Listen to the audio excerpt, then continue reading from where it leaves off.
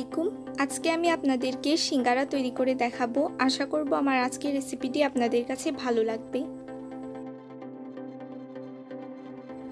সিঙ্গারা তৈরি করার জন্য আমি একটা বাটিতে হাফ কাপের মতো ময়দা নিয়ে নিচ্ছি। এতে দিয়ে দিচ্ছি 1 চিমটি পরিমাণ লবণ, 1.5 চা চামচের মতো চিনি আর সামান্য পরিমাণ কালো জিরা। দিয়ে দিচ্ছি 1 টেবিল চামচের মতো সয়াবিন তেল এবং 1 টেবিল চামচের মতো ডালডা। আপনারা চাইলে 2 টেবিল চামচ সয়াবিন তেল দিয়েও করতে পারেন। এবার এই সব কিছুকে খুব ভালোভাবে একসাথে মিশিয়ে নেব। যখন দেখবেন ময়দার খামিরটা দিয়ে আপনি একটা মণ্ড তৈরি করতে পারছেন, তখন বুঝবেন যে আপনার ময়দার খামিরে তেলের পরিমাণ ঠিক আছে। এবার এতে ঠান্ডা পানি দিয়ে খুব ভালোভাবে একটা ডো মেখে নিচ্ছি। ডোটা তৈরি করতে আমার এখানে 1/3 কাপের মতো পানি লেগেছে। আপনাদের পানির পরিমাণ কম বা বেশিও হতে পারে। ডোটাকে এবার ঢাকা দিয়ে রেখে দিতে হবে 5 থেকে 10 মিনিটের জন্য। ফিরে আসছি 5 থেকে 10 মিনিট পর। খামিরটাকে সমান 2 ভাগে ভাগ করে নিচ্ছি। এই পরিমাণ ময়দা দিয়ে আপনি মোট 4টার মতো সিঙ্গারা তৈরি করতে পারবেন। এবার খামিরটাকে বেলে নিতে হবে।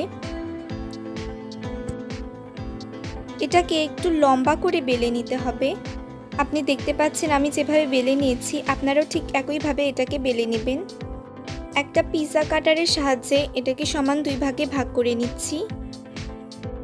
এবার হলো সিঙ্গারা তৈরির সবচেয়ে কঠিন স্টেপ, যেটা হলো ভাঁজ দেওয়া।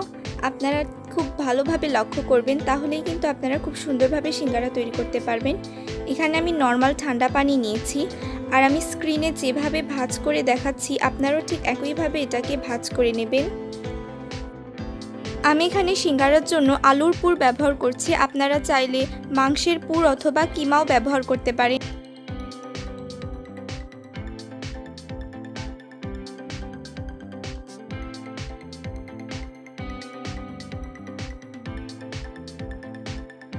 আমি আপনাদেরকে আরেকটা একটু ভাঁজ করে দেখাচ্ছি।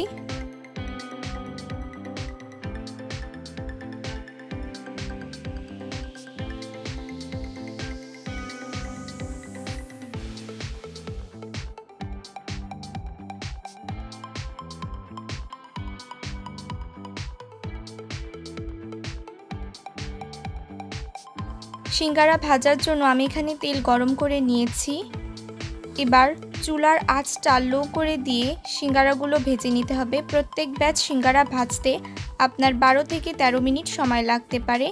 আর বেশি সময় ধরে সিঙ্গারা যদি আপনি না ভাজেন, তাড়াহুড়া করে ভাজতে চাইলে কিন্তু ওপর থেকে কালার চলে আসবে, কিন্তু ভেতরে ভালো হবে না। তাই একটু লো আঁচে ধৈর্য সহকারে ভেজে নেবেন।